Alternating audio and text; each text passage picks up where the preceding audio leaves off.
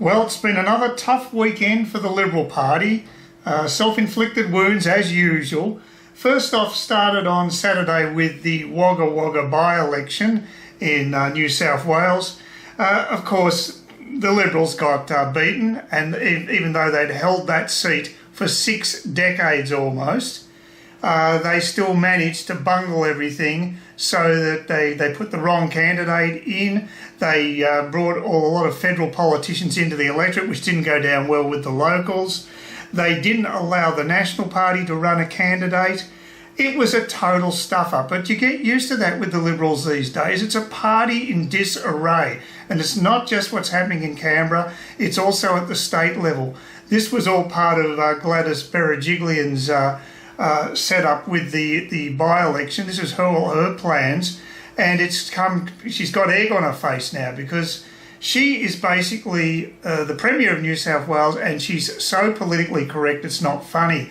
She is the woman that attacked Luke Foley, the Labor opposition leader, who actually had the guts to say what he actually felt for once, which is very rare to hear in Australia, because people are so scared of being labelled racist or politically incorrect or whatever. But Luke Foley had the audacity to actually say that there was a white flight from certain suburbs in Sydney. And there demonstrably is. The stats back it up.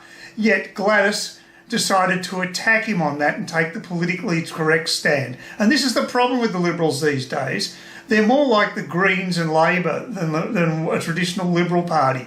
People like Gladys, we really don't want them in the party. She's a hard worker. Maybe she could do like backroom stuff, but she's not up to it as far as a high-profile politician is concerned. So it's very disappointing because New South Wales, actually, the economy there is going along all right, but the Liberals still are able to bungle everything so that they could still lose an election even with good economic management, which is quite a trick. But now we move on to the opinion poll that just came out today, and this is one with Scott Morrison without the Turnbull influence, not as much as it was previously. It'll take a few weeks to wash that out, I guess, with the electorate. But Scott Morrison clawed back 1 point. Yeah, the current figures are 56% to Labor and 44 to the Liberals. And it was actually even worse the previous poll. Scott Morrison's personal ratings as preferred Prime Minister is higher than Shorten's, but I mean, I think Influenza would probably rate higher than Bill Shorten in popularity at the moment. Bill Shorten is basically political poison, so there's no great plaudits for that. The other thing about Scott Morrison is he talks the talk a lot, but he actually hasn't walked the walk at all. I saw him at the AFL match between Richmond and Hawthorn on Thursday, so he doesn't mind doing a bit of gadflying, getting out and about and being seen and going overseas and doing all that stuff, all the fun stuff of being a Prime Minister.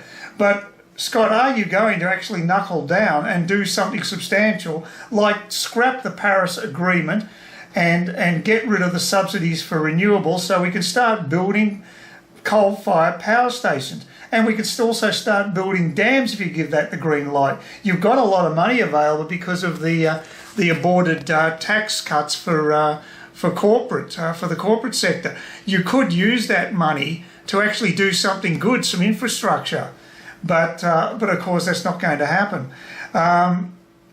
So I'm very dubious about Scott Morrison. Still, I'm not convinced at all, even though the likes of Alan Jones and many other people in the media seem to want to think he's the second coming. That may be partially due to the fact that they just don't want Shorten in power, and not many of us do, I think. However, I'm suspect on Jones's motives. He also, another thing that peeves me about Alan Jones is that he decided to trash Telstra publicly because it basically, what I can gather is because he has Vodafone as a sponsor. And I can see that there's a conflict of interest there personally, and I wasn't overly impressed with that. As a Telstra shareholder, not impressed, Alan Jones. Keep your nose out of it and be a bit more professional is my advice.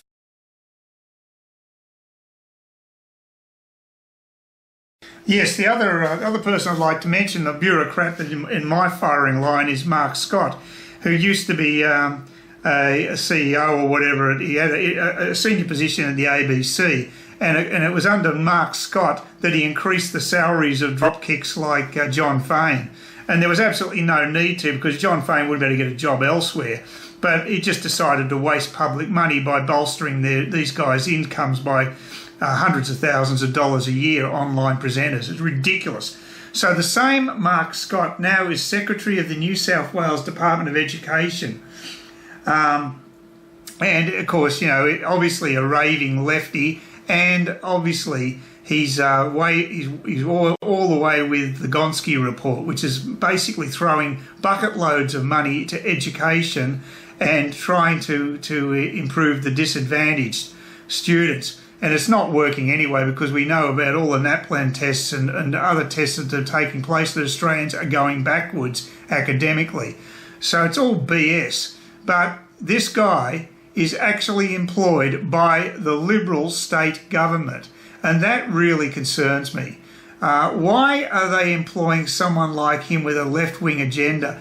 See, I just don't think I can trust the Liberals anymore. They are basically pushing a lot of these left-wing agendas, but I can't stand modern politicians who push these PC lines all the time. And then when you have a Liberal state government employing hard left bureaucrats in important positions like education, you've really got to sound the alarm.